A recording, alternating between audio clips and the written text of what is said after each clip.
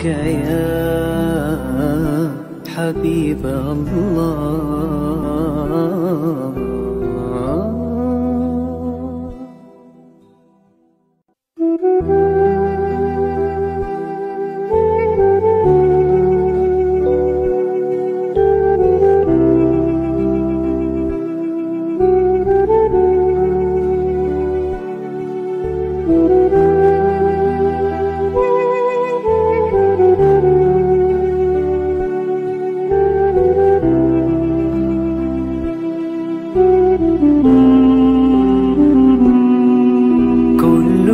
القلوب إلى الحبيب تميل، ومعي بذلك شاهد ودليل. أما الدليل إذا ذكرت محمدا فترى دموع العاشقين تسيل. هذا رسول الله، هذا المصطفى، هذا لرب العالمين خليل. صلى عليك الله يا علم الهدى، ما ناح طير في الغصون يمين. يا حبيبي يا شفيع يا شفيع، يا حبيبي يا شفيع يا شفيع. صلى الله عليك يا حبيب الله.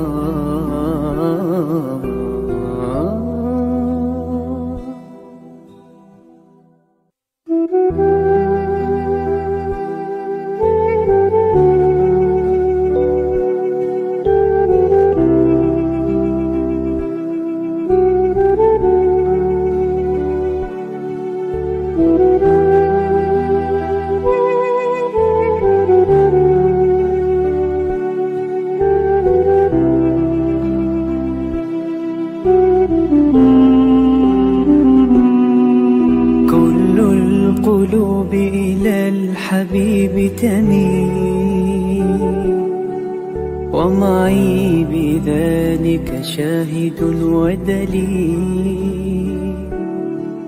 أما الدليل إذا ذكرت محمدا فترى دموع العاشقين تسيل.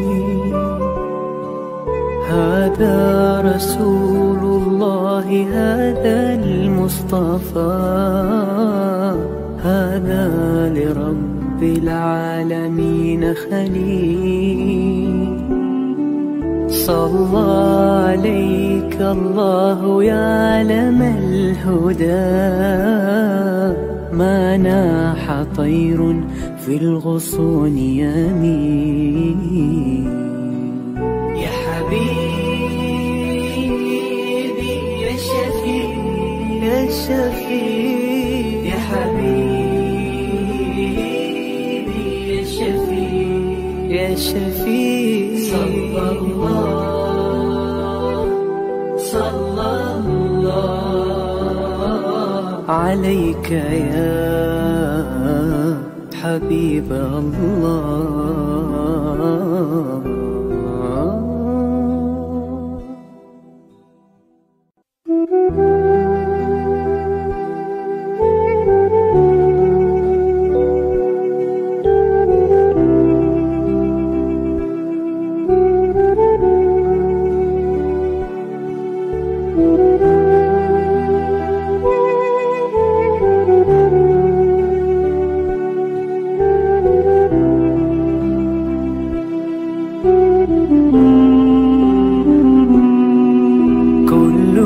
القلوب إلى الحبيب تميل، ومعي بذلك شاهد ودليل. أما الدليل إذا ذكرت محمدا فترى دموع العاشقين تسيل. هذا رسول الله هذا المصطفى هذا لرب العالمين خليل. صلى عليك الله يا علم الهدى. Yayasan Sabahat sedang mengusahakan pembinaan Komplek Anjung Sulul Khatimah yang dipaparkan dalam skrin sekarang ini. Yang kedua ialah tentang buku yang saya tulis, ada 3 serangkai buku yang boleh didapati sekarang. Dan yang ketiga ialah FMCC atau First Move Syarikat Center, iaitu sebuah taska yang mengambil pelajar-pelajar atau anak-anak daripada umur 2 bulan sampai 4 tahun. Yang ketiga ialah Telegram, di mana saya minta teman-teman para penonton menghimpunkan seluruh tenaga yang ada, pemikiran yang ada untuk kita mendaulatkan Islam, insya-Allah. Tuan-tuan, seluruhnya ini kalaupun ada imbuhannya, semuanya kita masukkan dalam tabung Anjung Sulul Khatimah. Minta tuan-tuan dan puan menderma, minta tuan-tuan menginfak, minta tuan-tuan melakukan apa saja bagi kita merealisasikan program Komplek Anjung Sulul Khatimah. Assalamualaikum warahmatullahi wabarakatuh. Alhamdulillah nahmaduhu wa nasta'inuhu wa nastaghfiruh wa na'udzu billahi min syururi anfusina wa min sayyiati a'malina. May yahdihillahu fala mudilla lahu wa may yudlilhu fala hadiya lahu. Asyhadu an la ilaha illallah wa asyhadu anna Muhammadan abduhu wa rasuluh. Allahumma shalli wa sallim ala sayyidina Muhammad wa ala alihi wa sahbihi wa dhurriyyatihi ajma'in. Subhanaka la ilma lana illa ma 'allamtana innaka antal alimul hakim. Wala haula wala quwata illa billahil aliyil azim. Amma ba'd. Yang dikasihi teman-teman saya yang saya muliakan sekalian, alhamdulillah tuan-tuan, kita bersiaran. Alhamdulillah keadaan COVID-19 di Malaysia sekarang ni nampaknya perubahan yang sangat baik. Alhamdulillah, mungkin dalam 2-3 minggu lagi mungkin ada rentas negeri. Kita sekarang tinggal dalam 1% berapa persen saja untuk mencukupkan Madinah. 90% sudah di vaccination, dan selepas itu mungkinlah kita ada boleh buat rentasan negeri dan sebagainya. Diminta teman-teman, sahabat-sahabat, marilah kita gunakan kemudahan yang ada dengan sebaik-baiknya. Bukan saja sebaik-baik bagi diri kita, sebaik-baik pada keluarga, kepada masyarakat, dan akhirnya kita nak memberikan kebaikan kepada umat Muhammad. Janganlah kerana kita berulang lagi peristiwa-peristiwa yang the dark incidents berkaitan dengan COVID-19 ini.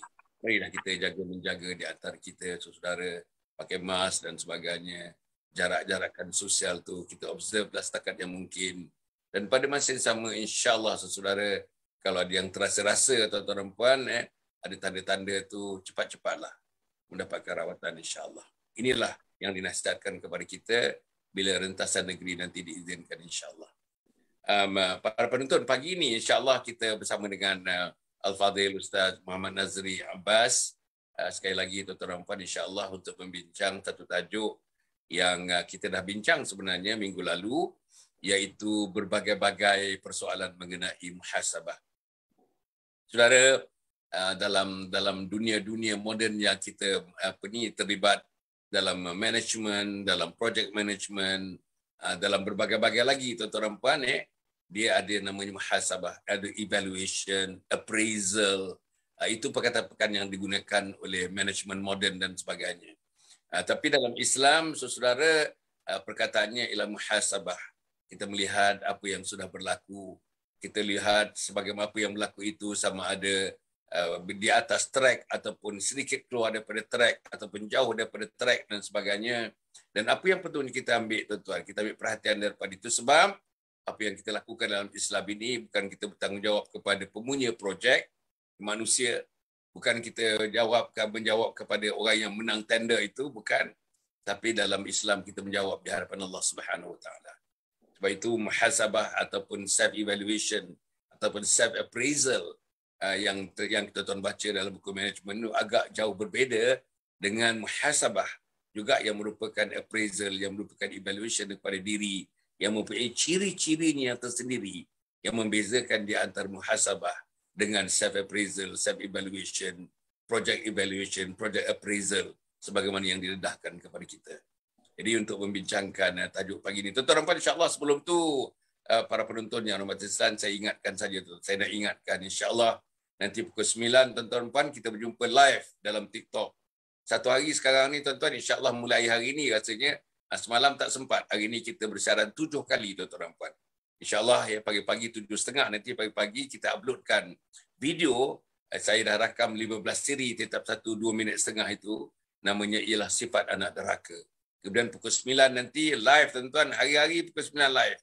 Saya bincang tentang Mahkota Cinta. Lepas itu pada pukul 9.30 tuan-tuan sekali lagi kita uploadkan satu video yang bersiri tuan-tuan. Yang berepisod. Namanya ialah Amalan Kenit Pahala Melangit. Kemudian insya-Allah tuan-tuan dan puan pukul 1 nanti yang baru ni. 1 nanti saya buat live baru tuan-tuan. Dalam 2 minit setengah ke 3 minit saja saya buat live. Itu menceritakan berbagai-bagai perkara, isu-isu yang saya fikir ada manfaatnya kepada anggota masyarakat kita. Saya akan bentangkan sedikit dalam hari tetap hari pukul 1. Kemudian tu pukul 5.30 petang tuan-tuan live 5.30 petang. Kita cerita mengenai fadilat ilmu dalam Islam tuan-tuan. Ilmu terutamanya ilmu akli, ilmu naqli dalam Islam. Kemudian tu malam tuan-tuan dan puan sekali lagi dalam pukul 8.30 kita uploadkan video yang dinamakan Kesilapan Mendidik Anak dan cara-cara mengatasi kesilapan itu pukul 9.30 begitu tuan-tuan. Pukul 9.30 bukan pukul 10. 9.30 malam live lagi tuan-tuan dan puan kita cerita tajuk-tajuk yang dipanggilkan Refleksi DDHA, Reflection Datuk Dr. Hassan bin Rahman Ali.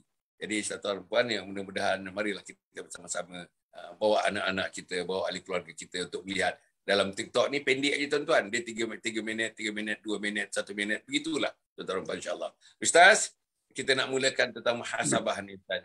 Kita nak sambung Kita dah cerita tentang muhasabah ni. Ustaz, boleh tak Ustaz sikit Ustaz simpulkan yang minggu lepas untuk disambung jalin dengan apa yang kita nak bincang pada hari ni, pada pagi ni Ustaz. Sila Ustaz. Assalamualaikum warahmatullahi wabarakatuh. Alhamdulillah rabbil alamin wassalatu wassalamu ala sayyidina Rasulillah wa ala alihi washabihi ajma'in. Rabbi shrah li sadri wa yassir li amri wahlul 'uqdatam min lisani yafqahu qawli amma ba'd. Terima kasih Anda Datuk Dr. Hassan Ali yang pada pagi hari setiap hari ceria. Susah nak tengok Datuk tak ceria. Ceria je. Kadang-kadang keceriaan tu bertambah dengan baju-baju cantik, warna-warni kan. Jadi orang yang nak dengar ilmu pun rasa terhibur, rasa bersemangat nak meneruskan hidup yang berbaki tinggal beberapa saat yang kita tak ketahui. Jadi insya-Allah pada pagi ini musyahidin al-kiram kita sebenarnya akan sedikit menambah tentang perkara yang berkaitan dengan muhasabah. Jadi dalam tentang muhasabah ni saya nak baca beberapa ayat untuk kita sama-sama teliti ataupun kita sama-sama perhatikan berkaitan dengan tajuk muhasabah yang kita pernah sebut 2 minggu yang lalu.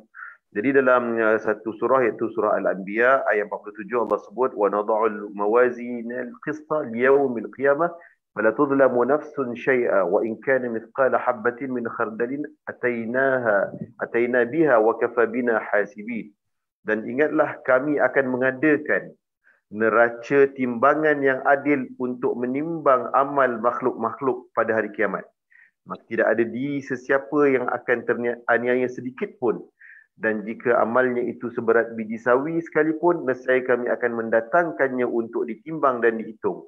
Dan cukuplah kami sebagai penghitung. Jadi ini salah satu daripada ayat-ayat yang sekian banyak ni ayat-ayat di surah Al-Zalzalah, Kahfi dan sebagainya. Allah menyebutkan tentang perihal bahawa setiap kita ini akan dihisab. Jadi bagi golongan orang yang jernih mata hatinya, mereka akan bersiap sedia dengan bermuhasabah dan bermuraqabah lebih awal sebelum hari yang disebut oleh Allah Yaumul Hisab itu sampai pada mereka. Jadi ini yang kita nak bicarakan pada pagi ini, bagaimana kita nak melengkapkan supaya kita punya perjalanan untuk sebelum dihisab oleh Allah ni menjadi sempurna, agar apabila kita sampai kepada Allah, hisab kita jadi ringan dan dimudahkan oleh Allah. Dalam satu ayat yang Allah sebutkan dalam surah Ali Imran, ya ayyuhallazina amanu sabiru wasabiru warabitu. Bersabarlah wahai orang beriman, bersabarlah kamu dan kuatkanlah kesabaranmu dan tetaplah bersiap siaga dan bertakwalah kepada Allah agar kamu beruntung. Kat sini ada perkataan rabitu, iaitu murabatah, iaitu kita nak bersiap sedia sebelum sampainya pada hari yang telah disebutkan oleh Allah itu, maka di sinilah kita ada beberapa prinsip untuk kita pastikan perjalanan hidup kita ini berjalan lancar sebelum kita berjumpa Allah. Dan dia punya asas basic dia adalah muhasabah. Jadi apakah yang disebutkan sebagai prinsip untuk mencapai peringkat murabatah yang disebutkan dalam ayat tadi? Iaitu ada beberapa perkara. Iaitu sebagai seorang yang ingin berjaya hidup dia di dunia dan di akhirat, kita nak husnul khatimah, kita nak pada yaumul hisab kita jadi ringan. Jadi di sinilah penting kita melihat kepada beberapa prinsip ataupun dikatakan maqam yang perlu dicapai oleh seseorang yang beruntung ataupun seorang yang berakal atau seorang yang beriman itu supaya mencapai murabatah. Apa dia? Iaitu yang pertama, seorang itu untuk mencapai makam yang kita sebutkan tadi, dia kena ada musyaratah. Ya, ini maksudnya kalau kita nak baiki diri ni, dia punya proses yang perlu kita lalui, yang kita sebut tadi muhasabah kena buat, tapi dia ada beberapa hal lagi yang perlu didahului sebelum muhasabah. Muhasabah dia punya basic, asal dia. Apa dia? Yang pertama adalah, prinsip dia adalah musyaratah. Musyaratah ni maksudnya mensyaratkan kepada diri sendiri. Kita buat syarat pada diri sendiri. Macam mana kita buat syarat pada diri sendiri dalam hidup kita? Jadi kita tengoklah contohnya, kalau macam kita tengok diri kita, kita tengok diri kita, kita nilai, kalaulah aku mati hari ini, sedangkan aku tak buat apa pun benda yang Allah suruh, macam mana? Jadi tentu aku masuk neraka kalau aku mati. Tentu aku akan jadi satu bangkai yang sangat busuk, yang hina, yang disisihkan oleh makhluk dunia dan makhluk langit. Dia syaratkan kepada diri dia untuk, dia takut-takutkan pada diri dia, dia syaratkan pada diri dia, hari ini dia kena buat sesuatu. Pagi-pagi dia dah letak satu jadual hidup, hari ini syarat untuk dia jadi seorang mukmin yang baik, yang bertakwa seperti mana Allah sebut tadi, wattaqullaha la'allakum tuflihun, menjadi orang bertakwa yang berjaya. Dia letak syarat, hari itu dia kena buat apa. Hari ini saya kena kutip sampah. Hari ini saya kena menyapu sampah. Hari ini bilik air saya kena kemaskan. Kalau saya nak jadi orang hebat, hari ini tandas saya kena bagi wangi supaya hati saya pun jadi wangi. Tak sebusuk tandas. Dia syaratkan diri dia apa yang dia kena buat. Setiap hari ada pertambahan syarat-syarat untuk dia maju ke depan, untuk dia bertambah baik daripada hari-hari yang lalu. Jadi dia mensyaratkan diri dia tu, bukan maksudnya perkara itu akan menyebabkan diri dia selesa ataupun berada di comfort zone. Bahkan sebaliknya, dia mensyaratkan itu menjadikan diri dia menjadi seorang yang banyak tugasan, assignment yang dia nak buat. Jadi assignment tersebut adalah assignment yang berbentuk perintah sunat. Kalau wajib tu dia dah tak boleh buat apa-apa. Memang semayang, tak boleh ada kompromi. Tutup aurat, tak boleh kompromi. Okey, jadi makan makanan halal, tak ada kompromi. Tapi ini benda-benda sunat. Contohnya hari itu dia kena apa? Dia kena pastikan cari siapa-siapa yang dengar ada orang meninggal, dia kena semayangkan jenazah tersebut. Dia usung sampai ke kubur. Ini yang berlaku seperti mana yang diceritakan oleh Rasulullah, bahawa nanti akan ada makhluk di waktu makhluk-makhluk Allah ataupun manusia-manusia yang Allah buka pintu-pintu syurga dan Allah perintahkan, wahai orang yang berpuasa, masuklah ke pintu puasa. Wahai orang yang solat, masuk ke pintu solat. Jadi maknanya syurga ni ada banyak pintu. Sampai Sayyidina Abu Bakar pernah tanya dengan Rasulullah, ada tak Rasulullah, kalau orang tu dia diseru oleh pintu-pintu syurga tadi, oleh semua pintu-pintu syurga tadi, dia diseru nama dia untuk masuk. Jadi Rasulullah dah faham dah kenapa Sayyidina Abu Bakar tanya. Sebab Sayyidina Abu Bakar ni adalah seorang sahabat Nabi yang sangat-sangat mengamalkan fastabiqul khairat, sangat-sangat tamak dalam melakukan perkara-perkara yang mendapat rahmat dan redha Allah. Jadi kalau boleh, dia bukan nak satu pintu syurga panggil nama dia. Kalau ada 8 pintu syurga, 8 pintu tu dia nak masuk. Jadi untuk orang yang nak macam tu, dia kena syaratkan diri dia setiap hari apa dia nak buat. Kemudian yang kedua, prinsip yang kedua ialah seorang yang nak berjaya ni, dia kena ada muraqabah. Apa muraqabah? Senang cerita, dia pasang CCTV dalam diri dia. Berwaspada dan merasai diri sentiasa dilihat oleh Allah. Ini yang kita selalu sebut-sebut dulu dalam hadis Jibril. Hadis Jibril yang terkenal disebut bahawa an ta'budallaha ka'annaka tarahu fa in lam takun tarahu fa innahu yarak. Jadi kita nak pastikan macam mana kita nak rasakan diri kita ni sentiasa ada CCTV yang melihat setiap gerak langkah kita. Dan ini bukan mudah. Ini bukan mudah.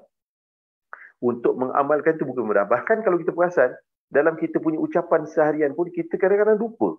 nak bersyukur dengan nikmat yang ketiga. Kita selalu sebut bersyukur kita kepada Allah atas nikmat iman dan Islam. Tapi kita lupa nak sebut bersyukur kepada Allah atas nikmat ihsan. Kan? Islam tu dibangunkan atas, agama kita ni dibangunkan atas tiga induk agama. Agama kita ni dibina atas 3 rangkaian yang tidak boleh dipisahkan. Dia kena dijalankan serentak. Iaitu iman, Islam dan ihsan. Kita selalu lupa nak ucap syukur ya Allah, terima kasih ya Allah kerana memberi ihsan kepada kita. Jadi ihsan ni kita faham seperti mana yang disebut dalam hadis tadi, an ta'budallah ka'annaka tarahu fa illam takun tarahu fa innahu yarak. Maknanya kita diajak untuk menyembah Allah seakan-akan Allah melihat kita. Jika kamu tidak melihatnya, sesungguhnya Allah melihat kamu. Macam mana kita nak hadirkan keagungan, kebesaran Allah, kita nak hadirkan bahawa Allah melihat setiap tindak tanduk kita. Ini satu perkara yang susah. Dan ada satu riwayat menceritakan bagaimana seorang ulama, iaitu Imam Ash-Shibli, rahimahullah ta'ala, dia telah masuk berjumpa dengan Syekh Ali bin Abi Al-Husain An-Nuri, seorang ulama juga, yang sedang duduk dalam keadaan tenang dan tidak bergerak sedikit pun. Jadi Imam Shibli ni berkata kepada kawan itu, bagaimana kamu dapat bermuraqabah sebegini dan mampu berkeadaan tak bergerak sikit pun tak bergerak? Macam mana boleh jadi macam tu? Lalu Syekh Ali bin Abi Al-Husain Nuri ni bagi tahu, dia kata, aku mengikut keadaan kucing aku. Dia ada kucing. Jadi kucing ni dia kata, apabila dia nak terkam mangsa, dia akan duduk, diamkan diri di hadapan mangsa dia tadi, sampailah bulu dia pun tak bergerak. Maknanya dia akan fokus, dia akan perhati mangsa dia sampai satu saat baru dia terkam. Jadi rupanya Syekh Ali bin Abi Al-Husain An-Nuri ni, dia belajar daripada kucing dia untuk muraqabah, bagaimana dia nak melayan muraqabah di sisi Allah tu, ditiru kucing tadi. Jadi maknanya sampai dia, bila dia duduk zikir contohnya, dia akan duduk diam, tak bergerak. Kucing tadi tu, bulu-bulu pun tak bergerak. Jadi ini sebenarnya salah satu daripada contoh kita beradab dengan Allah. Sebab tu kalau kita dulu masa saya kecil-kecil tu, bila kita masuk dalam majlis maulid, kami akan diingatkan oleh orang tua kita supaya jangan banyak menggaruk sana, menggaruk sini. Banyak pusing toleh kanan, toleh kiri kan. Nak berlari sana, berlari, tak boleh. Jadi rupanya kenapa? Ketika kita berzikir, ketika kita bermaulid contohnya, kita kena menghadirkan hati kita, kita kena rasakan Allah melihat kita. Kita kena hadirkan hati kita lagi-lagi, insya-Allah tak lama lagi kita akan menyambut Maulid Rasul, sempena bulan kelahiran Nabi SAW. Jadi waktu kita baca maulid tu, kita macam mana nak hadirkan perasaan kita, kita rasa Rasulullah bersama kita. Jadi tentulah kalau ada kita rasa Rasulullah bersama kita, kita rasa Allah melihat kita, kita takkan sewenang-wenangnya buat pergerakan-pergerakan yang boleh mencemarkan diri kita ataupun menjadikan kita seorang yang tidak beradab. Jadi ini yang dikatakan muraqabah, peringkat yang kalau boleh sampai ke tahap itu kita nak buat. Jadi macam mana? Itu perlu latihan, muraqabah. Jadi itu yang kita katakan, seperti mana seorang ulama, Wahab bin Munabbih, dia pernah menceritakan bahawa antara kata-kata hikmah Nabi Daud ialah setiap yang berakal wajib memelihara diri dia agar tidak dilalaikan daripada 4 waktu. Iaitu waktu bermunajat kepada Tuhannya, waktu melakukan muhasabah terhadap diri, waktu berjumpa kawan-kawan yang boleh menceritakan kekurangan diri serta sanggup bercakap benar berkenaan dirinya, waktu untuk membenarkan jiwanya mendapat keseronokan dalam perkara yang halal dan tidak haram. Jadi ini salah satu juga kaedah yang diajar bagaimana kita nak muraqabah, berlatih. Waktu kita munajat dengan Tuhan ni, waktu itulah kita kena pastikan kita tidak boleh buat sewenang-wenangnya. Dan kadang-kadang ada orang waktu semayang, kat sinilah sedap nak garuk. Waktu semayang, masa inilah kita nak betulkan kita punya pinggang dan sebagainya. Ini semua boleh mencacatkan muraqabah kita. Sebab tu muraqabah ni perlukan hati yang betul-betul halus, sensitif. Itu prinsip yang kedua. Yang ketiga, kita masuk level yang ketiga, muhasabah. Itu kita dah pernah cerita. Kat sini kita tengok satu ayat yang Allah sebut tentang muhasabah. Dalam surah Al-Hasyr, Allah kata, wahai orang yang beriman, bertakwalah kepada Allah dengan mengerjakan suruhannya dan meninggalkan larangannya. Dan hendaklah tiap-tiap diri melihat dan memerhatikan apa yang telah sediakan dari amal-amalnya untuk hari esok, hari kiamat. Maknanya, perintah muhasabah ni bukan daripada hadis. Nabi sendiri, Allah sendiri telah menyebutkan dalam surah Al-Hasyr ayat ke-18 tentang muhasabah. Maknanya kita ni memang diperintahkan untuk muhasabah setiap hari. Saya rasa kalau orang buka kedai runcit setiap hari, dia akan buat audit. Nak tutup. Ni hujung tahun ni ada audit lagi untuk syarikat. Jadi maknanya muhasabah ni kalau satu syarikat tu tak ada auditor, maknanya syarikat tu boleh diragui perjalanannya. Begitu juga dengan kita, kalau sekiranya kita tidak audit diri kita, boleh diragui kita punya diri kita, apakah kita benar-benar seorang beriman yang sedih, yang jujur nak berjumpa dengan Allah. Jadi ini penting muhasabah. Muhasabah kita dah sebutkan 2 minggu lalu, dan insya-Allah kalau kita ikut perintah Allah seperti mana dalam surah-surah yang kita sebut tadi, dan seperti mana yang disebut oleh Sayyidina Umar Al-Khattab, hasibu anfusakum qabla an tuhasabu. InsyaAllah kita akan jadi orang yang sentiasa berhati-hati dalam melakukan aktiviti harian kita. Itu yang ketiga. Yang keempat, muaqabah. Ini kita tak lama, pagi-pagi ni 40 minit tu Jadi kita tak lama, okey. Jadi yang keempat ni, apa yang kita kena buat? Tadi dah muhasabah. Mula-mula musyaratah. Kita syaratkan diri, kita kena buat tu, buat ni, buat tu, buat ni. Yang kedua, kita kena muraqabah. Kita kena rasa-rasakan diri kita dilihat oleh CCTV Allah. Yang ketiga, kita muhasabah. Kita buat double check, triple check apa yang kita dah buat setiap hari. Yang keempat dia dipanggil muaqabah. Muaqabah ni kena buat. Manusia ni kalau tak ada buat muaqabah, dia akan seronok untuk buat benda yang tak elok. Apa dia muaqabah? Dia kena buat satu program mendenda diri sendiri kerana kecuaian dia. Jadi sebab itu kalau kita tengok peristiwa muaqabah ni banyak sebenarnya berlaku dalam kisah-kisah orang soleh dulu. Diriwayatkan bahawa Sayyidina Umar radhiyallahu anhu telah keluar melawat kebun miliknya, dan apabila beliau kembali, orang ramai telah selesai sembahyang asar. Lalu dia berkata, aku telah keluar ke kebunku, dan apabila aku kembali, orang ramai telah selesai solat. Kalau demikian, kebunku itu aku sedekahkan kepada fakir miskin. Al-Lais berkata, beliau hanya ketinggalan solat berjemaah. Dalam cerita ni, diceritakan bahawa Sayyidina Umar ni, dia tengok-tengok kebun dia, dan dia terlalai dengan sebab kecantikan, keindahan, keranuman pokok-pokok yang ada kat kebun tu. Sehingga dia ketinggalan solat berjemaah, bukan tinggal solat. Hanya tak solat berjemaah. Ada riwayat menceritakan ada sahabat yang tertinggal pada bertakbiratul ihram dengan imam. Jadi ini sehingga menyebabkan mereka buat muaqabah terhadap diri mereka. Mereka denda diri dia. Okey, jadi yang ini semua aku punya kebun ni aku infak fisabilillah. Jadi ini pun patut kita buat. Dan ini takkan mampu kita buat kalau iman kita lemah, kalau kita tidak ada musyaratah, kalau kita tidak ada muraqabah, kalau kita tidak ada orang kata muhasabah. Kita takkan mampu untuk denda diri kita. Bahkan kita akan pejam mata, tutup mata sebelah. Oh, tersilap. Tak apalah, insya-Allah. Allah Maha Pengampun. Tak apalah, nanti nak dekat-dekat sakit besok, taubatlah kita. Kita selalu berloya buruk dengan Tuhan. Selalu kita salah gunakan bahawa Allah itu At-Tawwab, Al-Ghafur. Kita kata Allah tu Maha memberi taubat, Allah tu Maha Pengampun. Sehingga kita selalu melanggar perintah Allah. Dan kita harapkan Allah akan ampunkan kita. Ini satu yang tak adil. Sepatutnya sebagai seorang hamba, kita bila dah berlaku sesuatu je, kita cepat-cepat denda diri kita. Macam orang dulu-dulu. Bila buat satu kesalahan, dia berpuasa. Ada yang kisah seorang sahabat, seorang ulama nama dia Hasan bin Sinan. Dia lalu dalam sebuah bilik, dia berkata, bilakah bilik ini dibina? Kemudian dia muhasabah dirinya semula. Lalu dia berkata, kamu bertanya apa yang tidak ada kena-mengena dengan kamu?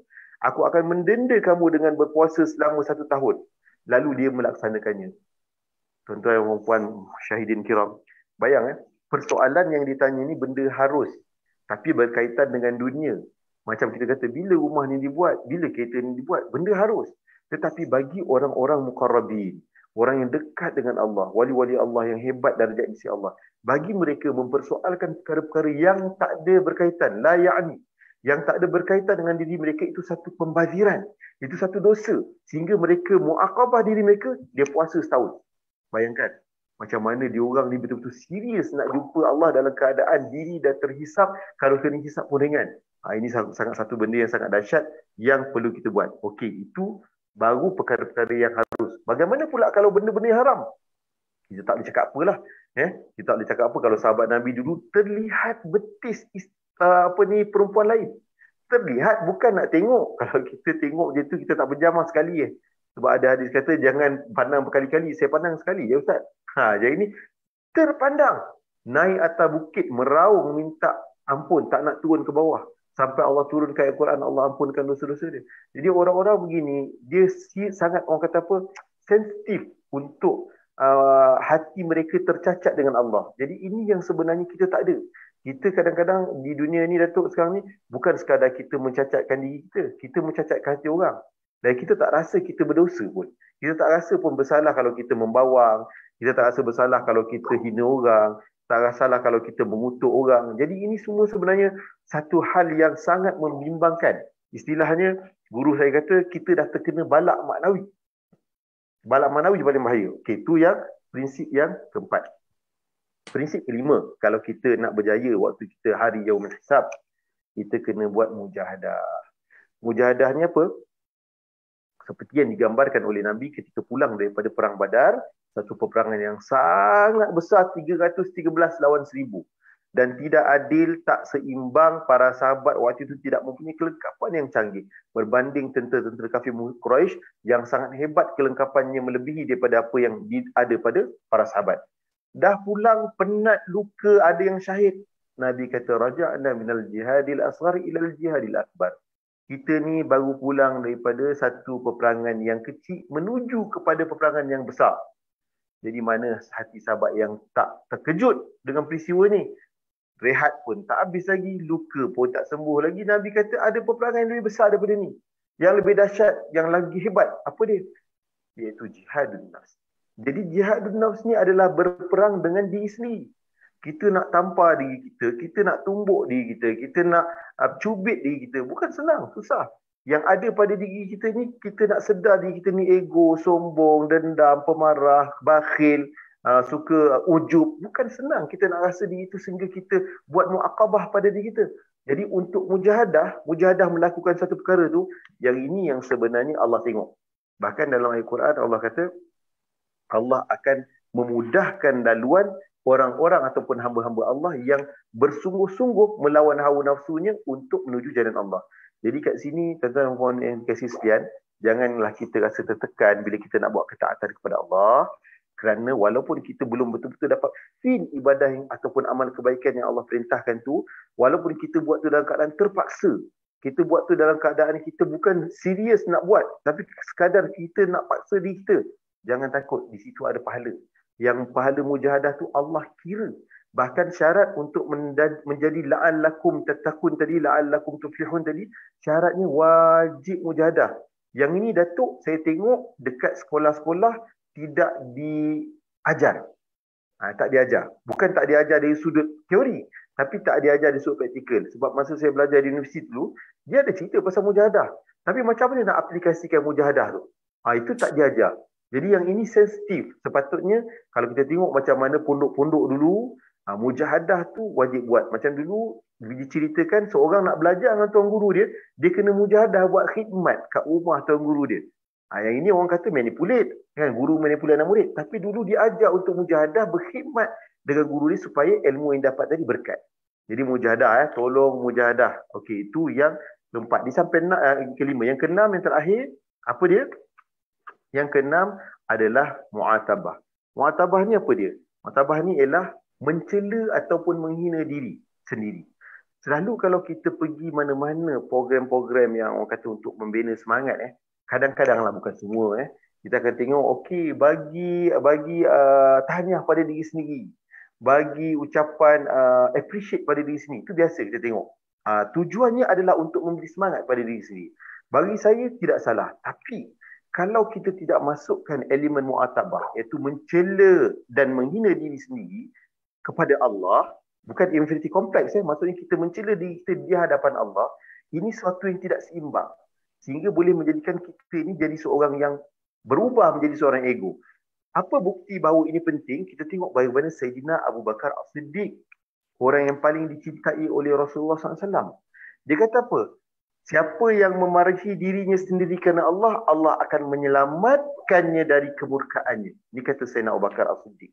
Sayyidina Anas radhiyallahu anhu berkata, aku telah mendengar Sayyidina Umar Ibn Al-Khattab masuk satu tanah kebun, dan dari sebalik dinding itu aku mendengar beliau berkata, Umar Al-Khattab adalah Amirul Mukminin. Bagus, bagus. Demi Allah, wahai Umar, kamu hendaklah bertakwa kepada Allah atau Allah akan menyiksa kamu. Jadi kalau kita terjemah dalam bahasa Melayu kat sini, mungkin tak terasa macam mana yang dikatakan mu'atabah atau mencela diri. Tapi kalau dalam bahasa dia orang, sebenarnya dia orang mencela diri dia orang sehingga ada yang mengatakan apa? Alangkah baiknya kalau aku menjadi tanah. Alangkah baiknya kalau aku menjadi burung yang berterbangan kemudian dimakan oleh orang. Alangkah baiknya kalau aku jadi perkara-perkara yang boleh terhapus di muka bumi ini kemudian tidak dihisap oleh Allah. Jadi mereka mencela diri mereka sehingga mereka katakan mereka ni lebih hina daripada haiwan dan sebagainya. Jadi ini sebenarnya kita rasa perlu ditrain dalam kehidupan kita. Bila melakukan dosa, kita mu'atabah diri kita. Kita akan kata, wahai diri yang hina lagi bodoh. Kenapa engkau langgar perintah Allah ni? Kenapa engkau masuk tandas kaki kanan? Sedangkan Nabi tak pernah ajar masuk tandas kaki kanan. Kita marah diri. Adakah kamu ni seorang yang biol? Adakah kamu seorang yang tak terpelajar? Sedangkan kamu ni belajar tinggi-tinggi tapi tak cerdik juga. Tak sensitif dengan Allah. Kita cela diri kita. Sebab apa? Cela ni penting. Sebab kita takut nanti kalau kita tak buat mu'atabah ni, kita lupa diri. Kita rasa diri kita bagus. Kita poyo. Kita bajet bagus. Itu sebenarnya tujuan mu'atabah. Tujuannya untuk kita buat balancing. Ataupun kita buat alignment diri kita supaya kita tahu bahawa kita ni hamba Allah yang hina, yang kurang, yang tak sempurna. Wallahu a'lam bishawab. Masya-Allah. Tuan-tuan, saya dah kata di awal-awal tadi, maksudnya kalau kita membaca buku-buku, terutamanya buku-buku barat, bila sebut tentang self-appraisal, self-evaluation, maka indikator-indikatornya ialah physical, indikator-indikatornya physiological, indikator-indikatornya material, itu indikatornya. Tapi bila kita sebut tentang muhasabah, 6 tadi, tingkat 6 tingkat. Tingkat yang pertama sampai yang paling tinggi sekali, tuan-tuan dan puan. Mujahadah pun tak tinggi lagi. Ada yang tinggi lagi. Yang disebut oleh Ustaz tadi. Tetap satunya. Dan ini tidak ada, tuan-tuan. Dalam perbincangan buku-buku barat ni memang tidak ada. Satu tu daripada 6 tu pun tak ada, tuan-tuan. Tidak dibincangkan. Sebab muhasabah ada kaitan langsung dengan iman. Ustaz sebut tadi. Muhasabah ada kaitan langsung dengan amal. Muhasabah ada kaitan langsung dengan ilmu. Muhasabah ada kaitan langsung dengan hati. Muhasabah ada kaitan langsung dengan pemikiran yang dibuat Nabi Muhammad SAW bahawa sungguhnya kita baru saja menghabiskan peperangan yang kecil. Ada satu peperangan yang besar lagi. Peperangan besar ialah peperangan melawan nafsu kita. Saudara-saudara, kalau kita tengok dengan perbincangan yang Ustaz bawa ni pagi ni, Masya Allah, tuan-tuan dan puan, itu dah nampak cantik ni Islam. Tapi tuan-tuan, berapa orang daripada kita sudah mendengar satu? Berapa orang daripada kita sudah membaca 2? Berapa orang daripada kita sudah cuba mengamal 3? Berapa orang daripada kita cuba mendapatkan contoh-contoh suri toladan daripada 6 perkara yang disebutkan oleh Ustaz tadi. Konteks maknanya that is the content of muhasabah, tuan-tuan dan puan. Berapa orang, tuan-tuan dan puan? Dan saya yakin, saya minta maaf tuan-tuan dan puan, saya yakin kalau kita tak bersurau, kalau kita tak masjid, kalau kita tak baca buku, kalau kita tidak tengok video-video yang berkaitan dengan hal-hal yang berkaitan dengan apa yang dibincang ini, kalau kita jauhkan diri kita daripada orang-orang yang beragama, orang yang berilmu, ulama-ulama dan sebagainya, maka sampai mati, tuan-tuan, sampai mati idea muhasabah sebagaimana tingkat-tingkat yang disebutkan oleh Ustaz tadi tak adalah dalam pemikiran kita. Jadi macam mana, tuan? Tapi kalau kita muhasabah saja muhasabah tu, tapi muhasabah tak ada komitmen, tuan-tuan tengok cuba komitmennya. Muhasabah diri, muhasabah hati, muhasabah jiwa, muhasabah perasaan, muhasabah segala-gala kelengkapan yang Allah berikan kepada kita, muhasabah diri, muhasabah keluarga, masalah lingkungan yang lebih besar. Tuan-tuan dan puan, cuba rasakan, tuan-tuan. Dan muhasabah itu yang paling cantik dalam Islam ni, sentuh hati, sentuh jiwa, hati, jiwa. Jadi Ustaz, apa ni kita apa ni yang akhir ni, dalam pusingan yang akhir ni Ustaz, macam mana kita nak tinggalkan ni satu pesanan kepada para penonton yang kita raikan, teman-teman, sahabat-sahabat dan tuan-tuan dan puan, kita masih boleh lagi. Tak kisah tuan umur berapa tahun pun tak kisah. Saya 74 tahun, tuan-tuan. November 28 ni 74 tahun umur saya. Jadi kita bermuhasabah, insya-Allah. Kalau dapat muhasabah ikut konteks yang disebutkan. Mungkin Ustaz nanti boleh, tuan-tuan, boleh nanti dalam pertemuan yang berikutnya, agaknya Ustaz boleh tarukkan tadi yang 6 perkara tu. Mungkin kita boleh paparkan dalam skrin, tuan-tuan dan puan. Jadi mungkin ulasan-ulasan yang dibuat pada minggu ini, kalau nak dibawa sikit pada minggu hadapan ni, agaknya tentang lebih bermanfaat. Setiap satunya perlu dipahami, setiap satunya perlu dihayati, setiap satunya perlu dioperasionalisasikan dalam hidup kita ini, insya-Allah. Jadi akhirnya Ustaz, jadi dalam konteks itu, kalau misalnya kita katakan Ustaz, kita tidak mengikut tingkat-tingkat 6 tingkat yang Ustaz sebutkan tadi. Jadi menjadi kosong lah Ustaz. Padahal muhasabah ni satu institusi dalam Islam. Macam taubat juga tuan. Taubat tu kalau kita tengok taubat repentance ni. Kalau kita buka buku-buku memang ada tuan-tuan yang menyesali kepada yang kita lakukan dan sebagainya, memang ada. Repentance memang ada. Tapi repentance cara Islam tuan-tuan ni. Menyesal apa yang dibuat, berhenti terus apa yang dibuat, tidak mengulangi apa yang dibuat, menambahkan amal ibadah untuk menutup kekurangan dalam mana kita melakukan kesilapan-kesilapan kita yang besar dan kecil, dosa-dosa kepada Allah. Sebab itu tuan-tuan kita bertaubat kepada Allah. Banyak lagi perbincangannya.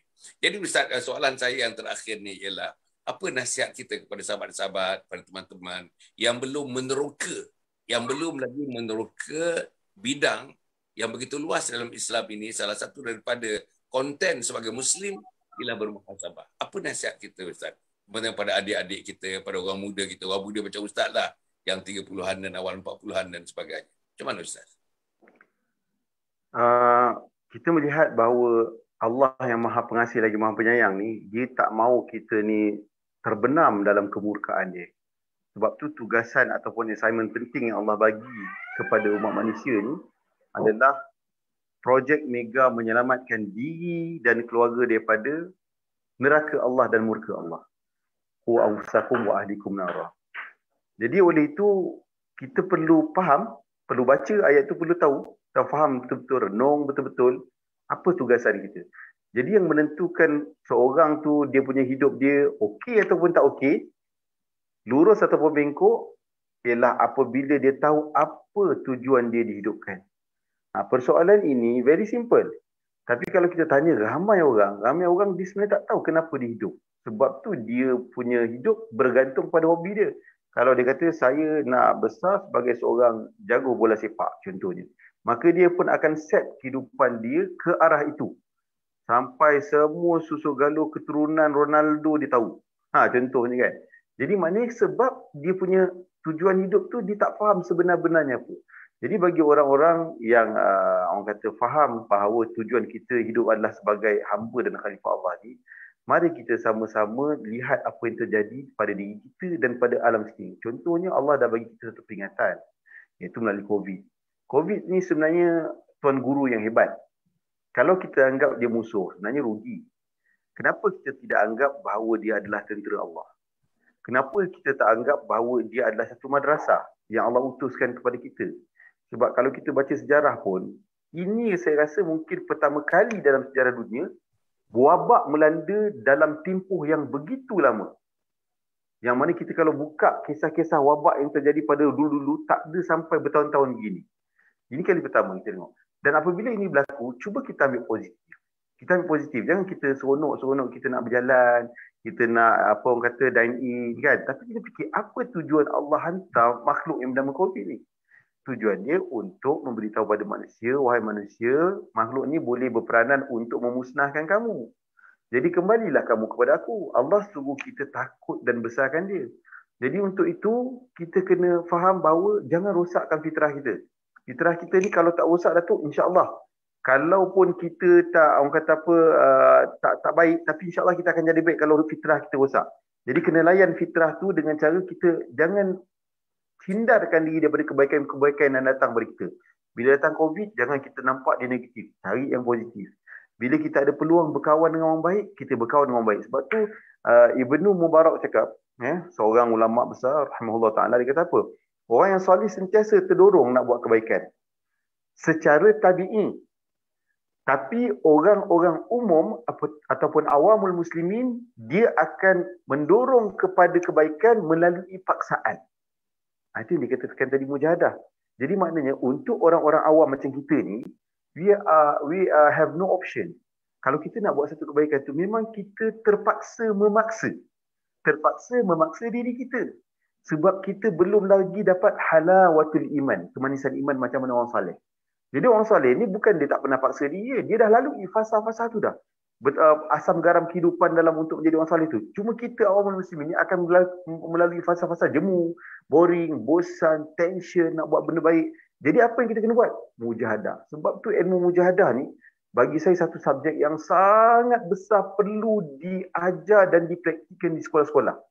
Diajar betul-betul. Kalau kita tengok ulama dulu-dulu, macam contoh Imam Daud At-Ta'i, dia kata dia mengisi perut dia hanya dengan minum air yang dicampur dengan roti yang telah dihancurkan sebagai ganti kepada roti yang elok. Kenapa dia buat macam tu? Sebab dia kata kalau dengan cara ini saja boleh menyebabkan aku rasa susah dan aku nakkan Allah. Pergantungan pada Allah akan lebih kuat. Jadi ini kan macam beza dengan kehidupan orang awam. Dia paksa dia buat benda tu. Ada lagi kisah kalau kita tengok diriwayatkan bahawa Sayyidina Umar Abdul Aziz dia telah menangis dengan air mata darah. 40 orang ulama dulu telah bersemayang subuh dengan wuduk yang mereka ambil semenjak sepertiga pertama malam. Jadi perkara-perkara ini adalah satu benda yang susah. Kena mujahadah. Sebab itulah kenapa dinyatakan ulama kata kalau kita rasa malas nak beribadah, kita rasa berat nak beribadah, maka carilah kawan yang boleh mendorong kita melakukan benda baik. Jadi apa yang nak buat sekarang? Cari kawan. Benda cari kawan, simple cari kawan. Sekarang kalau tak boleh cari kawan yang fizikal ni, cari kawan maya. Contohnya musyahidin kita ada program dengan Datuk Dr. Sahali melalui program-program yang ditaja oleh Yayasan Nasabah. Jadi benda-benda macam ni tolong sebar. Share je.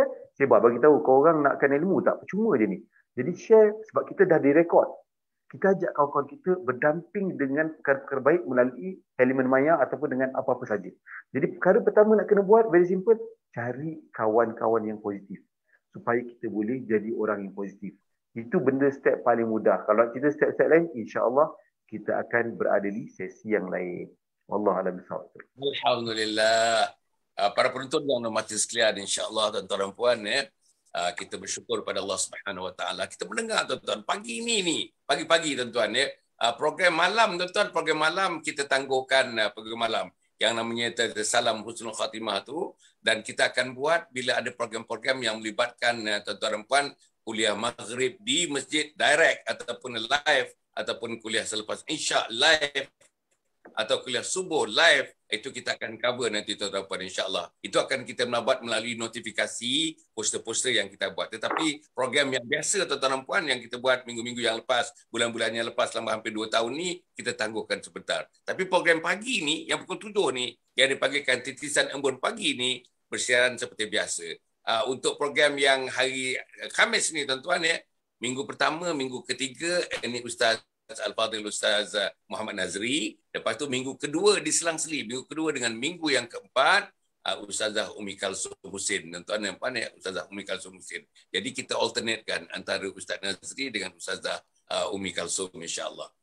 Begitu juga yang lainnya tuan-tuan. Mungkin hari Isnin pun mungkin saya sedang mendapatkan feedback daripada teman-teman untuk dialternatekan antara Ustaz Akib dengan seorang lagi tuan-tuan, supaya kita dapat perspektif tuan-tuan, supaya dapat kita berbagai-bagai pandangan, pendapat. Jadi mengkayakan lagi khazanah ilmu di pagi-pagi ini tuan-tuan dan puan, insya-Allah. Macam mana kita dengar pagi ini? Pagi saya tuan-tuan dan puan pagi ini yang kita dengar daripada Al-Fadhil Ustaz Muhammad Nazri ini, masya-Allah. Kalau kita tengok, kalau dengar, rasanya kita nak dengar lagi, nak berjumpa dengan dia dalam kuliah dia, nak ikut tuan-tuan dan puan. Kalau ada kuliah online, kalau ada kuliah di masjid dan sebagainya, saya yakin tetap satu perkara daripada 6 tadi, itu pun satu tu sudah menjadi tajuk yang boleh dibincang 2-3 sesi kita boleh bincang. Satu-satu. Jadi bayang 6 tuan-tuan. Kalau satu-satu tu kita boleh bincang 3 sesi, 6. Paling tidaknya 18 sesi kita nak bincang. Hal berkaitan dengan muhasabah. Tapi tuan-tuan dan puan, ialah kita tidaklah, bagi orang awam macam saya ni, tidaklah pergi detail macam mana. Tetapi kena tahu tuan-tuan. Paling tidak kena tahu. Kalau orang sebut muraqabah, kalau orang sebut yang disebut oleh Ustaz tadi, mujahadah dan sebagainya, dalam konteks muhasabah, paling tidaknya kita tahulah tuan-tuan, dah pernah didengar, dah pernah kita mengikuti, dah pernah ada dalam minda kita. Dengan kita katakan tak tahu langsung tuan-tuan, sebagai Muslim, kita tak tahu langsung perbincangan yang seperti ini, rasa saya dangkal lah tuan-tuan, sayanglah hidup kita sebagai Muslim untuk bertemu dengan Allah Subhanahu Wa Taala. Salah satu cara nak bertemu dengan Allah untuk memperbaiki iman, untuk memperbaiki takwa dan mengambil ciri-ciri keislaman kita ialah kita ikut institusi sebagaimana yang Ustaz sebut tadi dalam Islam, institusi muhasabah. Jadi insya-Allah mudah-mudahan tuan-tuan dan puan, jangan lupa tuan-tuan tengok kita punya tuan-tuan macam yang kita dah paparkan tuan-tuan dan puan, insya-Allah kita punya sijil wakaf. Jangan lupa tuan-tuan dan puan, RM10, RM50 dan RM100. Tolonglah tuan-tuan, tolong. Kita akan bangunkan. Dan insya-Allah tuan-tuan dan puan, kita sudah ada konsultan, kita dah lantik seorang konsultan dengan tim dia untuk membantu kita untuk mendapatkan dana, dengan membuka ruang-ruang yang lebih besar untuk mendapatkan dana untuk membangunkan kompleks Anjung Husnul Khatimah. Dan tuan-tuan dan puan, kita sedang berusaha sekarang ni tuan-tuan dan puan, sekarang ni baru buka, baru seminggu ni buka tuan-tuan, pejabat-pejabat dah mula buka, baru dah. Kita dah terkebelakang 7 bulan tuan-tuan. 7 bulan dari segi perancangan kita dah ke belakang. Walaupun dah siap, kita punya semua detail-detail dah siap, yang teknikal dah siap, arkitek dah siap, engineering dah siap. Tapi oleh kerana tuan-tuan dan puan ada beberapa jabatan-jabatan lagi yang masih tutup ketika itu, jadi ini mencacatkan sikit kita punya timeline tu, timeline untuk menjalankan kompleks Anjung Husnul Khatimah ini. Tetapi apapun tuan-tuan dan puan, insya-Allah tuan-tuan bantulah insya-Allah. Ingat tuan-tuan, satu-satunya di dunia, satu-satunya di Asia, satu-satunya di Malaysia, satu-satunya di Selangor yang kita akan bangunkan di Bukit Cerakar nanti. Inilah namanya kompleks Anjung Husnul Khatimah. Nak memanggil, melambai seramai mungkin umat Islam. Marilah. Mari kita mati dalam Husnul Khatimah. Bukan nak marilah makan durian, bukan nak marilah makan ciku, bukan nak marilah kenduri, tak ada. Marilah kita mati dalam Husnul Khatimah. InsyaAllah tuan-tuan dan puan. Jadi yang berikutnya tuan-tuan dan puan, insya-Allah dalam media sosial. Saya harap tuan-tuan dan puan, tuan-tuan pergilah tuan-tuan media sosial. Kita hampir semua sekali. YouTube kita ada, Instagram kita ada, Twitter kita ada, Facebook kita ada, tuan-tuan, Telegram kita ada, TikTok pun kita ada, tuan-tuan dan puan. Kenapa kita ada semua tu? Kerana kita nak pergi kepada semua sekali sektor-sektor, segmen-segmen dalam masyarakat. Yang muda dengan TikTok, dengan Instagramnya. Yang lebih tua lagi mungkin dengan YouTube-nya. Yang sedang-sedang mungkin dengan Facebook dan sebagainya. Yang merata begitu tuan-tuan dan puan, golongan intelek dan sebagainya, Telegram dan sebagainya. Jadi inilah tuan-tuan dan puan, saya harap tuan-tuan pergilah. Tuan-tuan pergi layarilah YouTube kita, layarilah ke Instagram kita, layarilah Facebook kita, layarilah TikTok. Mari kita bersama tuan-tuan. InsyaAllah saya rasa TikTok ni adalah satu sumber, satu platform yang sangat-sangat bagus tuan-tuan dan puan. Dan pendek-pendek saja tetapi dia mengancam sebenarnya. Selama ni kita katakan TikTok ni memanglah saya anggapan sebelum ini tuan-tuan dan puan mengarut ni. Ini cerita-cerita orang nak jual diri semua. Semua nak jual diri. Cara-cara nak jual diri. Bukan nak jual diri, dia jual maruah dia tuan-tuan dan puan. Tapi bila saya pergi tengok hampir semua pendakwah selebriti kita ada dalam TikTok tuan-tuan. Tuan-tuan nak tahu Quran saja, saya tengok ada 26 accounts dalam TikTok tentang Al-Quran. Sampai Taranum tuan-tuan ada dalam TikTok. Jadi sebab itu kita nak gamit. Saya masuk ni nak gamit baru 2 bulan. Betul-betul exactly 2 bulan 1 hari dalam TikTok ni tuan-tuan. Saya dah gamit seramai mungkin orang berumur 40 tahun ke bawah tuan-tuan. Marilah sama-sama kita mengetahui Islam, menghayati Islam. Antaranya macam kita tuan-tuan puan didedahkan dengan program muhasabah, institusi muhasabah. Seperti yang kita bincang dengan agaknya seronok kita bincang pada hari ini dengan Ustaz Muhammad Azri. Sekian tuan-tuan dan puan, mudah-mudahan jumpa lagi pada minggu depan tuan-tuan dan puan. Minggu depan Ustazah Umi Kalsum akan ambil tempat ini. Minggu berikutnya tuan-tuan, minggu yang ketiga muncul balik Ustaz Muhammad Nazri. Minggu yang keempat akan muncul pula Ustazah Umi Kalsum Hussein, insya-Allah. Kita jumpa lagi. Aku qouli hadza wa astaghfirullah li wa lakum wa lisairil muslimin wal muslimat innahu huwal ghafurur rahim. Wassalamualaikum warahmatullahi wabarakatuh. Yayasan Sabahat sedang mengusahakan pembinaan Kompleks Anjung Husnul Khatimah yang dipaparkan dalam skrin sekarang ini. Yang kedua ialah tentang buku yang saya tulis, ada 3 serangkai buku yang boleh didapati sekarang. Dan yang ketiga ialah FMCC atau First Move Syarikat Center, iaitu sebuah taska yang mengambil pelajar-pelajar atau anak-anak dari umur 2 bulan sampai 4 tahun. Yang ketiga ialah Telegram, di mana saya minta teman-teman para penonton menghimpunkan seluruh tenaga yang ada, pemikiran yang ada untuk kita mendownload mendaulatkan Islam insya-Allah. Tuan-tuan, seluruhnya ini kalaupun ada imbuhannya, semuanya kita masukkan dalam tabung Anjur Husnul Khatimah. Minta tuan-tuan dan puan menderma, minta tuan-tuan menginfak, minta tuan-tuan melakukan apa saja bagi kita merasasikan program Komplek Anjur Husnul Khatimah.